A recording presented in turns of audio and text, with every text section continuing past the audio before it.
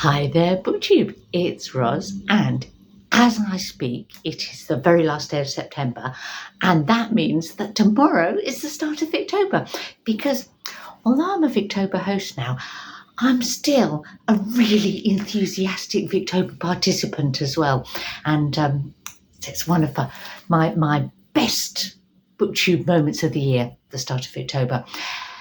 Now, you can probably tell that I'm not in my usual environment. I'm visiting Tilly at the moment, which is absolutely lovely, but that's partly why this TBR video is a little bit later than usual. And it also might mean that Tilly's dog Topaz might just sort of wander into shot. She's just next to me here, if you hear any strange snuffling noises. So let's talk about Victober plans. Now, I love the Victober challenges. I generally spend the month of October reading almost exclusively Victorian literature, by which, as you know, we mean literature by Irish and British authors written or published between 1837 and 1901. I also now have come to really love our group of Victoberers or Victoberites, one or the other, that are on the Discord server, and I will link to that below. And on there you will find conversations about sort of Victorian context and background reading, about TBRs, about the group read, about what people are doing for the various challenges, recommendations. It's lovely. If you haven't used Discord before, follow the link, give it a try. It's free to download on, and yeah, join us because it's a vibrant community. So let's talk about what I'm going to read, though, rather than everyone else. Oh, the other thing I should say is, if you want a bit more about Victober, I will link below to the announcement videos by the other hosts. So that's Katie of Books and Things, of course, Kate Howe reads, and Marissa of Blatantly Bookish. So you can find out more there. And they've also done TBRs with, things that they're reading. So, and it's all, in fact, it's all over BookTube, isn't it? Yeah, I'm positively late in the day with mine. So I'm going to start with our group read.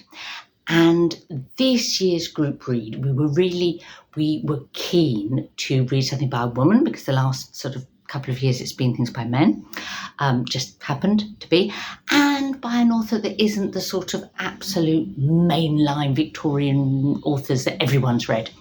And so we had a little poll on Katie's channel, and we arrived at The Doctor's Wife by Mary Elizabeth Braddon. Now, I'm really pleased by that decision for two reasons. One is, the only thing I've read by Braddon is Lady Audley's Secret, which is her most famous work, and I'm really interested to read something else by her. Secondly, it's kind of inspired by Flaubert's Madame Bovary, and the original, obviously, is a book about a woman that's sort of frustrated and disenchanted and bored by her boring, nice but boring husband, but written by a man. And I think it's going to be really interesting to read a novel written by a woman on that same theme. So 2 chapters a day through from the 1st to the 18th of October, well, 3 chapters on the last of those days. And as I say, discussion on Discord. The other thing that I should say while I'm talking about kind of social media-y things is that please do use the hashtag when you're doing things on YouTube or Instagram or whatever for Victober. But also, if you're a Storygraph reader, there's a Storygraph challenge, thanks Amelia for setting that up, for all our challenges. And so, come and join that, because again, you'll get to know who else is Victobering. So let's think about the different host challenges. Now, The Doctor's Wife is one of my choices for Marissa's challenge, because Marissa's is to read a book that was originally serialized, which of course was a big thing in Victorian times. So The Doctor's Wife was serialized, so that's one. But I've got another choice for Marissa's challenge, because most Victobers I try to read a book by Dickens, either one I haven't read before or one that I haven't read since I was, a child or in my teens. And this year, I'm that Marissa's challenge, and Katie's too, has inspired me to bite the bullet and read the Pickwick Papers, which is Dickens' first proper novel, and one that I have never read. I've never read it, I think, for two reasons. One is it's quite long. Now, this edition doesn't look that long, but it's this the kind of thing with very small print and very thin paper. And even in this edition, it's 639 pages. Most modern editions, it's going to be about 850 or something. And this was serialized. But not only was it serialised, oh look, I'm just going to show you one of the pictures, isn't that's the Pickwick Club there. Not only was it serialised, but it was almost, it popularised the concept of a monthly serialised novel. Not that things weren't published in multiple volumes, or sometimes in magazines or whatever before, but Pickwick Papers really sort of made it a thing, a Victorian thing, and including having those sort of cliffhanger endings that make people want to go and buy the next instalment, the magazine with the next instalment in. So this seemed like the perfect choice for Marissa's challenge, but also a brilliant choice for Katie's challenge for two reasons. One, because we know Katie loves Dickens, so seems fitting, but also because Katie's challenge is to read a novel that plays in some way with form. And, that could be like an I can't say that word today, epistolary novel, or, a framed narrative or whatever. Pickwick Papers, I'm going to give you, if I give you its full title, you will see why it fits Katie's challenge. So it's The Posthumous Papers of the Pickwick Club. Okay.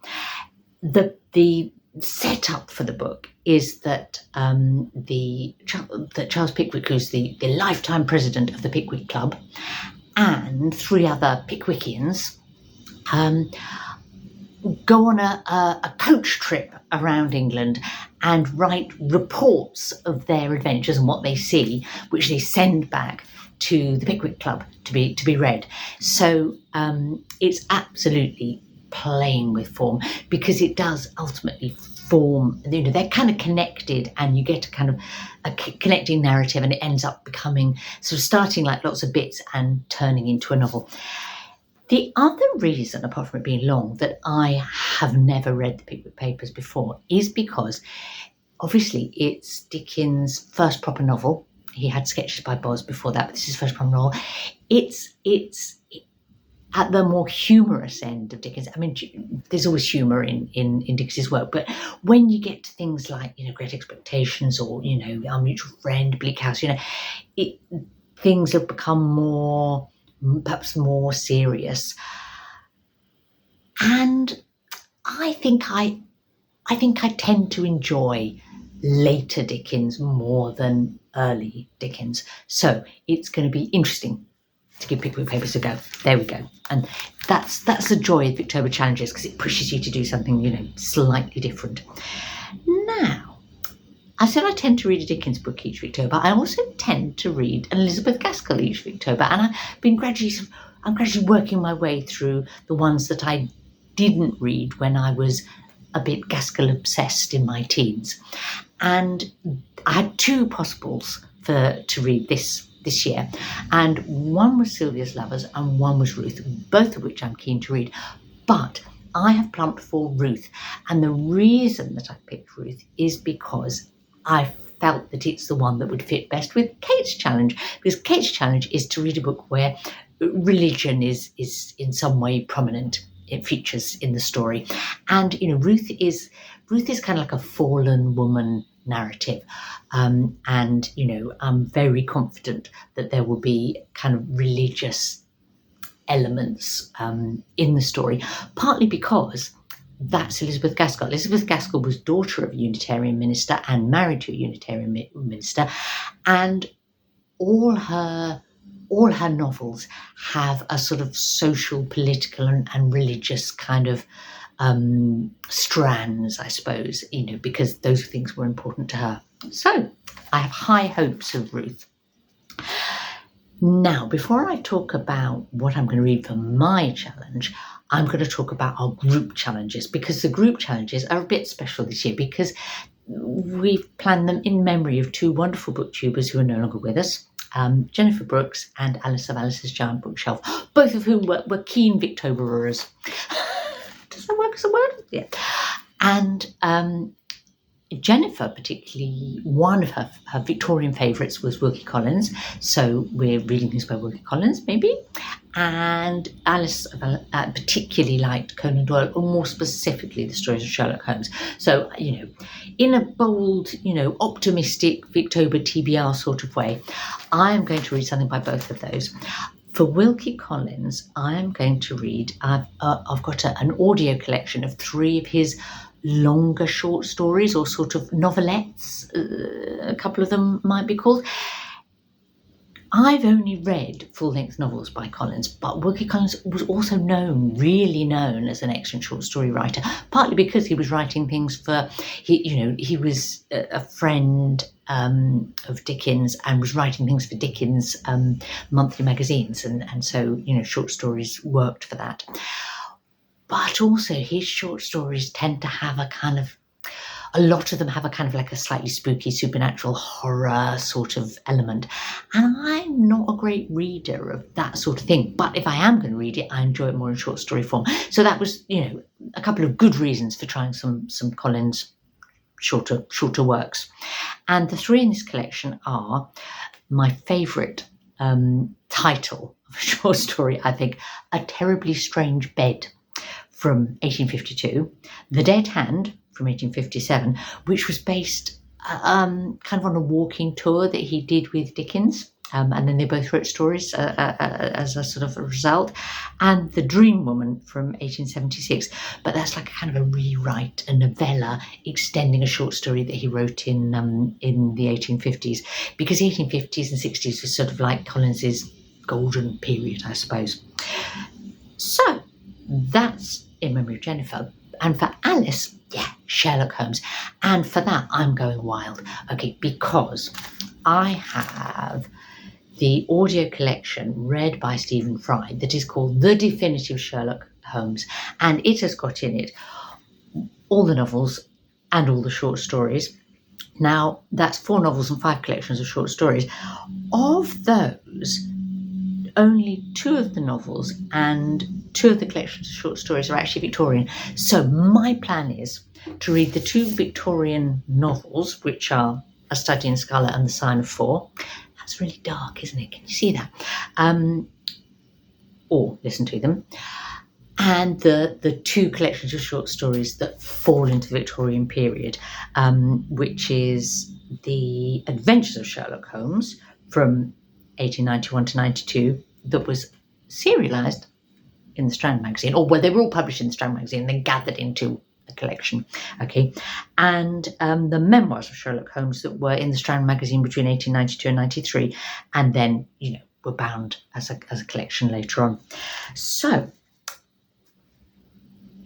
I will then go on, I think, to read all the rest, but after Victober, after October. So that's my plan, and that's going to be a lovely way to remember Alice. And I'm really pleased to be pushed to do this, because I've read bits of Sherlock Holmes over the years, and almost like I can't remember which I've read and which I haven't, and when, so it's going to be really great to kind of work my way through them, even though it is 71 hours of listening or something. Well, not if I speed it up. So that brings me to my own challenge. And my challenge to you and to myself is to experience some Victorian theatre this Victober. And so to read or watch or listen to Victorian plays. And, oodles of choice. I'm going to do a mixture of reading and watching and listening. And I'm going to do a mixture also of old favourites and new things. So an old favourite, like a Victorian play that I have known and enjoyed since I was, I don't know, about 10, I think it was the first time I saw it, and hooted with laughter then, and it still makes me laugh now, is Charley's Aunt by Braddon Thomas, and I'm going to be taking part in a live reading of that with some other people, so, like a read through, that's what I mean. Then I'm also going to read a play by my favourite Victorian playwright. Do you know who that is? Do you want to guess? Yeah, it's Oscar Wilde. He's my favourite Victorian playwright. And but I'm going to read a play of his that I've never read, which is Salome. There's a really interesting history to why, when and how he wrote Salome, why he wrote it in French, not English, how it was translated. When I will do a little video about that once I've read it. I also hope to watch an adaptation of it.